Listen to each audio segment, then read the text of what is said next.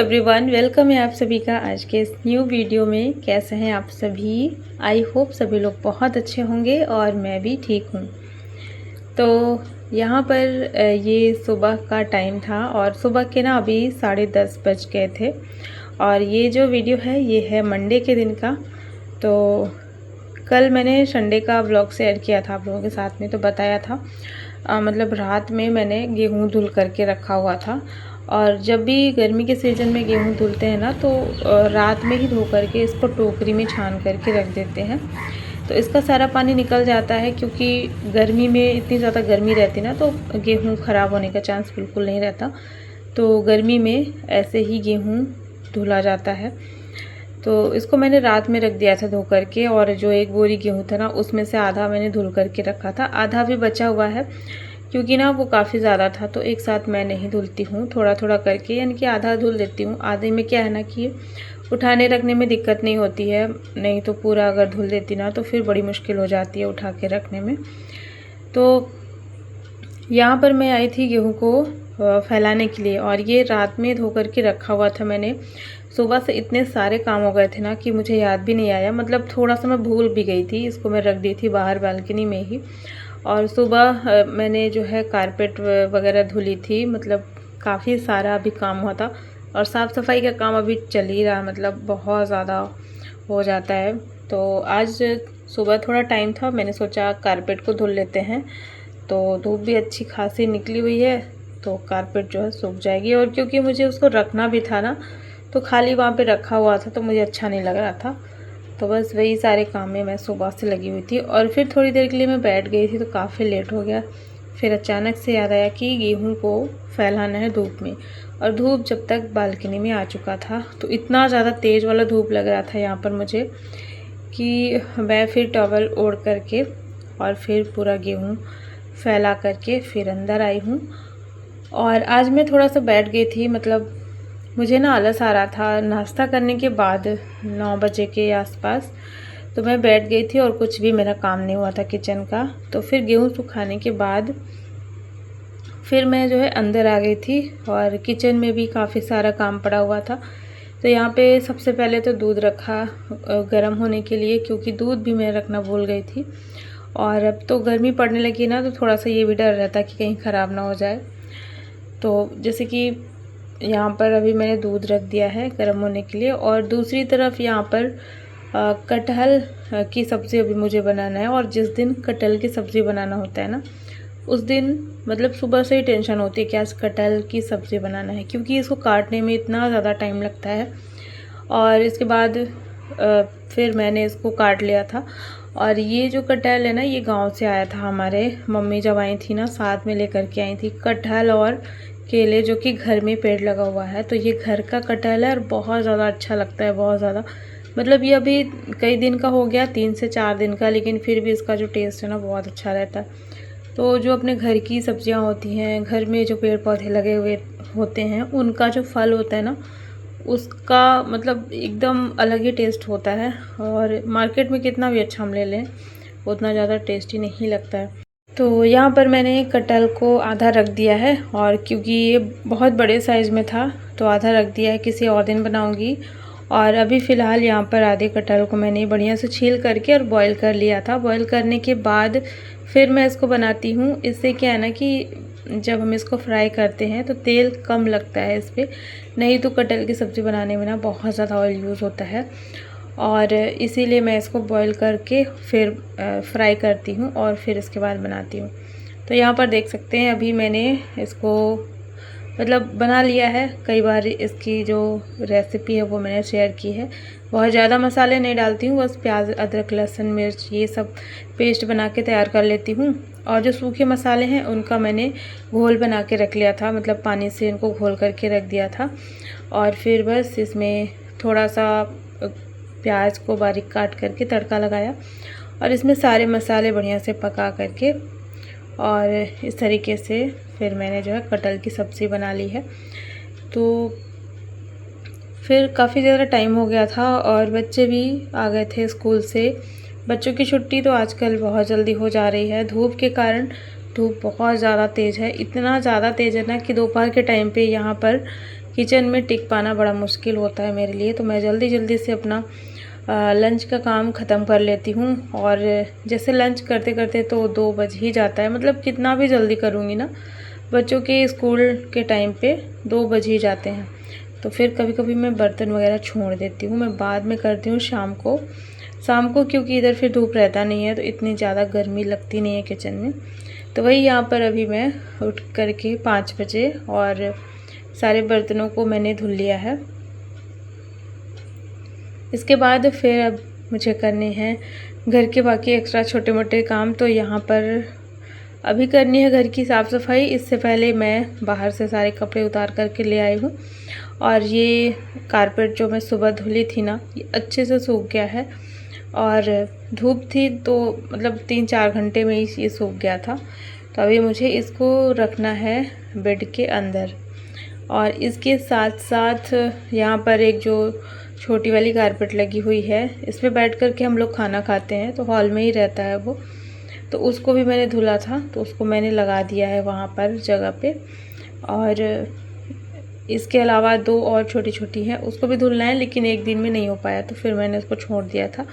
मैंने सोचा उसको मैं बाद में कर लूँगी, पहले ये जो मेन है सबसे बड़ी वाली, इसको धो करके और रख देते हैं जगह पे। तो ये मतलब बहुत बड़ा टास्क था मेरे लिए, इसको धुलना ही बहुत बड़ा टास्क था, क्योंकि इतना ज़्यादा हैवी हो जाता है ना कि फिर धुलने में बड़ी दिक्कत होती है। पानी तो ज़्यादा लगता ही है, मेहनत भी बहुत लगती है इसको धुलने में। तो सुबह मतलब इसी को मैं धुलने में लगी थी तो काफ़ी ज़्यादा मतलब टाइम भी लग गया था। तो अभी मैं इसको दीवान के अंदर रखूँगी। और इस वाले बेड के अंदर ना मतलब ऐसे बच्चों का ही, जैसे पुरानी बुक्स वगैरह रहती हैं, कुछ पुराना सामान, यही सब रखे हुए हैं बच्चे।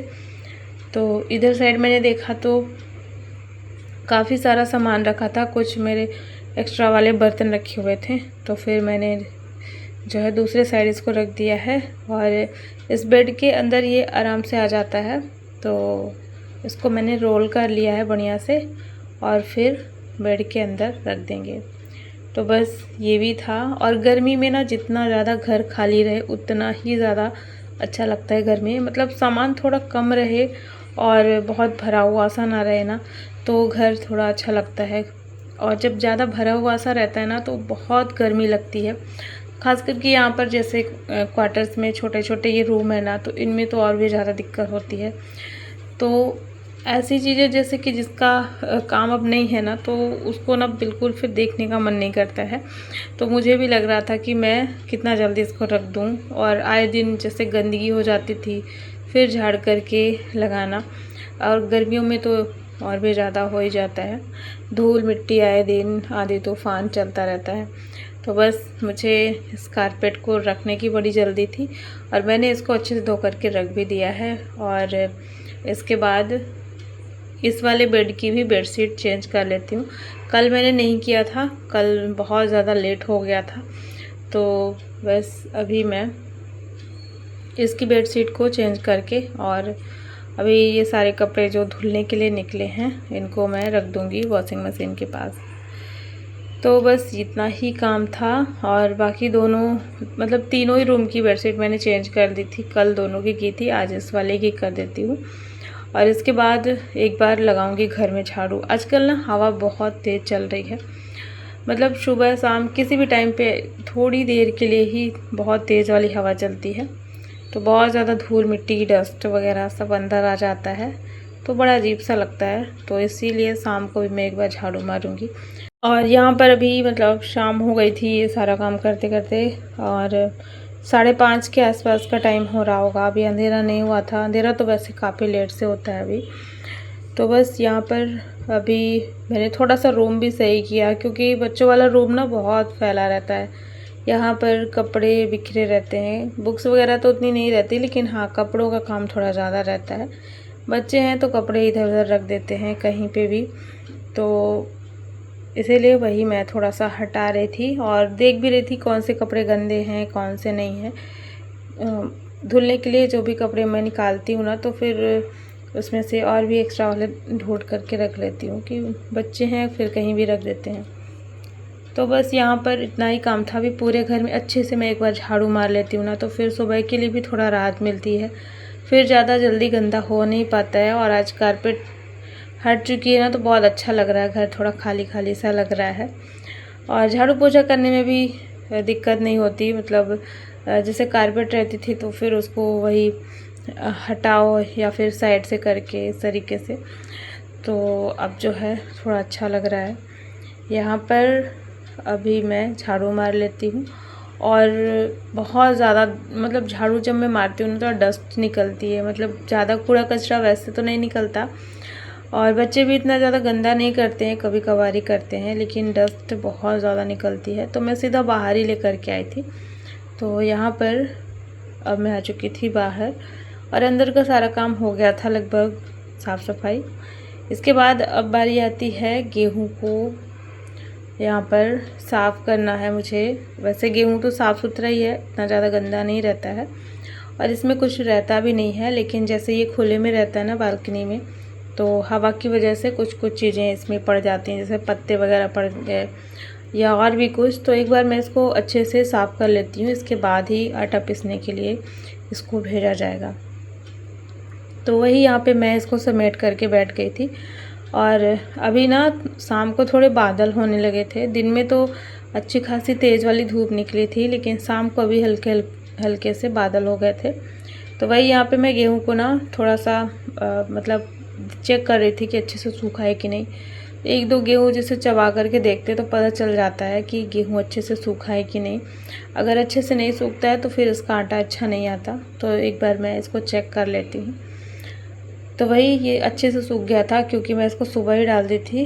तो अब मैं इसको अच्छे से सूप से साफ़ कर लूँगी। वैसे ज़्यादा इसमें टाइम नहीं लगा था, बस थोड़ा थोड़ा करके इसको देख करके और फिर सीधा बोरी में ही डाल देना था। तो 15 से 20 मिनट का यहाँ पर मेरा काम था अभी, और बस इतना काम करके फिर मैं जाऊँगी अंदर की तरफ। और फिर ना मतलब शाम का जो काम था वो लगभग अब हो ही चुका है। इसके बाद फिर जो भी था किचन का फिर काम था मेरा।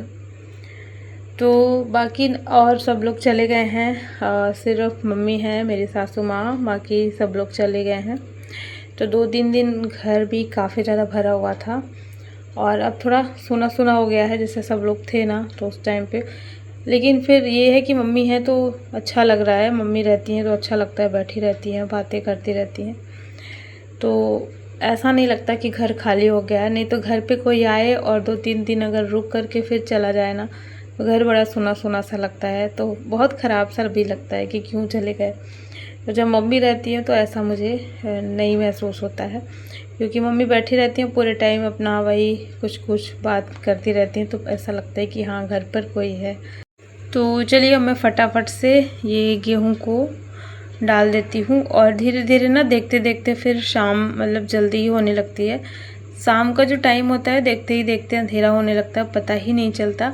और एक सुबह वाला टाइम होता है, जब सुबह भोर से मतलब जब दिन निकलता है ना, तो उस टाइम पे देखते देखते कैसे उजाला हो जाता है। तो ऐसे इस टाइम पे भी था। फिर यहाँ पर गेहूँ का सारा काम हो गया था, और मैं यहाँ पे मतलब अपना सारा काम करके फिर अंदर आ चुकी थी।